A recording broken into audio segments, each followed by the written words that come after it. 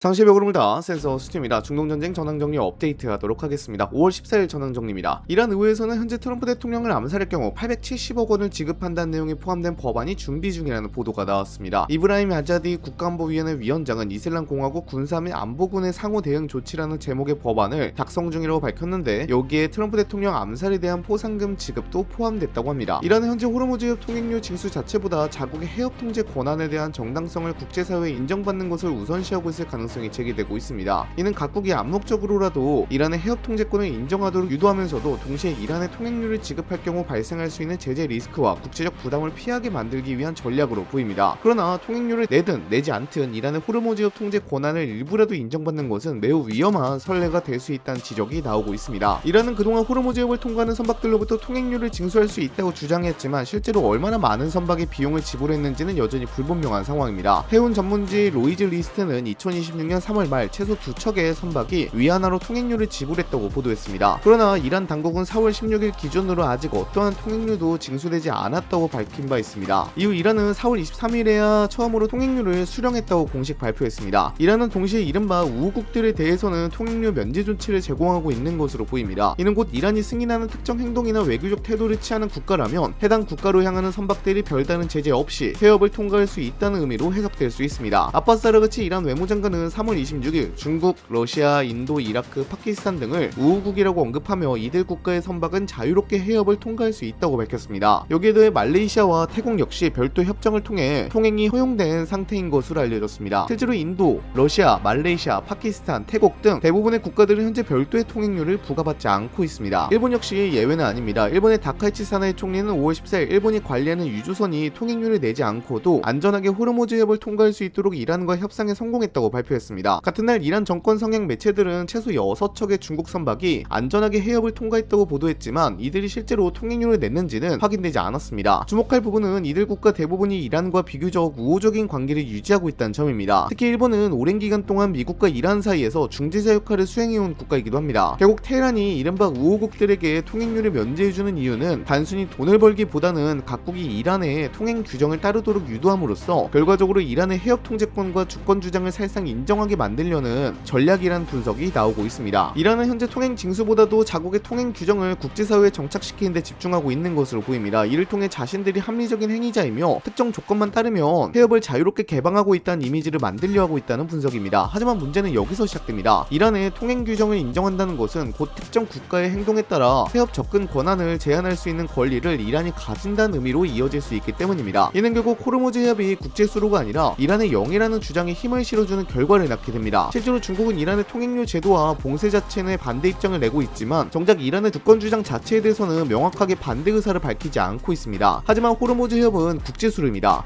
지금 이란의 주장을 인정하게 되면 향후 이란이 어떤 국가를 적대국으로 규정하느냐에 따라 선택적으로 해협 통과를 차단할 수 있는 위험한 선례가 만들어질 수 있습니다. 예를 들어 영국이나 프랑스처럼 대이란 제재에 참여하고 있는 국가들이 앞으로도 이란으로부터 우호국 대우를 받을 것이라는 보장은 전혀 없는 상황입니다. 이란은 실제로 이러한 통행 규정을 무력으로 집행하는 모습도 보이고 있습니다. 영국 해사무역기구는 5월 14일 아랍에미리트 푸자이라 북동쪽 약 38해리 지점에서 온두라스 국적의 선박 후이찬호가 이란 세력으로 추정되는 세력에게 납포되어 이란 영해 방향으로 이동했다고 발표했습니다. 같은 날 로이터 통신은 이란이 오만 인근 호르무즈 해협 해역에서 소말리아에서 UAE로 향하던 인도 화물선을 공격해 침몰시킨 것으로 보인다고 보도했습니다. 이에 대해 아바스 아라그치 이란 외무장관은 모든 상업 선박에 대해 해협은 열려있다면서도 반드시 이란 해군과 협조해야 한다고 강조했습니다. 결국 국제사회가 이러한 이란의 통행 규정을 계속 용인하게 된다면 이란이 언제든지 자의적인 판단에 따라 특정 선박이나 국가의 해협 통과를 막을 수 있는 상황이 만들어질 수 있습니다. 이는 미국뿐만 아니라 전세계 해상 무역과 국제상업 질서에도 심각한 악영향을 미칠 수 있다는 우려가 커지고 있습니다. 중국 기업들이 제3국을 경유하는 방식의 무기 판매를 이란 당국자들과 논의해온 것으로 알려졌습니다. 다만 중국 정부 관계자들이 이러한 무기 거래와 이후의 무기 수송까지 어느 정도 수준으로 승인했는지는 아직 불분명한 상황입니다. 이는 5월 13일 뉴욕타임스가 미국 정부 관계자들을 인용해 보도한 내용입니다. 미국 관계자들은 중국 기업들이 이란 측과 구체적으로 어떤 군사 장비를 논의했는지는 밝히지 않았습니다. 그러나 현재 전쟁이 시작되기 이전 여러 보고서에서는 이란이 중국산 휴대용 지대공 미사일과 대한 미사일 확보를 추진하고 있었다는 정황이 제기된 바 있습니다. 또한 미국 측은 무기 운송 경유지로 검토된 국가들 가운데 최소 한 곳이 아프리카 국가라고 설명했습니다. 중국은 이번 전쟁과 과거 사례들 모두에서 이란의 군사 역량 강화를 지원하는 자산들을 제공해왔습니다. 중국은 2025년 6월 이스라엘 이란 전쟁 이후 이란의 미사일 전력 재건을 지원 지원하기 위해 미사일 연료 전구체를 제공한 바 있습니다. 뿐만 아니라 현재 진행 중인 전쟁에서는 중동 지역 내 미군 시설에 대한 위성 사진 정보도 이란 측에 제공한 것으로 전해지고 있습니다. 특히 중국 정부는 군수 물자와 군민 겸용 물자의 수출을 매우 엄격하게 통제하고 직접 승인하는 체계를 운영하고 있기 때문에 중국 기업들이 정부의 명확한 승인 없이 독자적으로 군사 장비를 수출했을 가능성은 낮다는 분석이 나오고 있습니다. 다만 미국 정부 내부에서도 해당 무기들이 이미 제3국 경유지로 운송됐는지 여부를 두고 서로 다른 판단이 나오고 있는 것으로 알려졌습니다. 뉴욕타임스는 현재까지 중국산 무기가 이번 전쟁에서 미군 공격에 사용된 사례는 확인되지 않았다고 전했습니다. 미국 중부사령부는 5월 14일 미국의 봉쇄 작전이 시작된 지난 4월 13일 이후 미 해군이 총 70척의 선박 항로를 변경시켰으며 이 가운데 4척은 무력화했다고 발표했습니다. 추후 소식이 더 들리면 영상 제작해서 업로드하도록 하겠습니다. 영상 마치겠습니다. 감사합니다.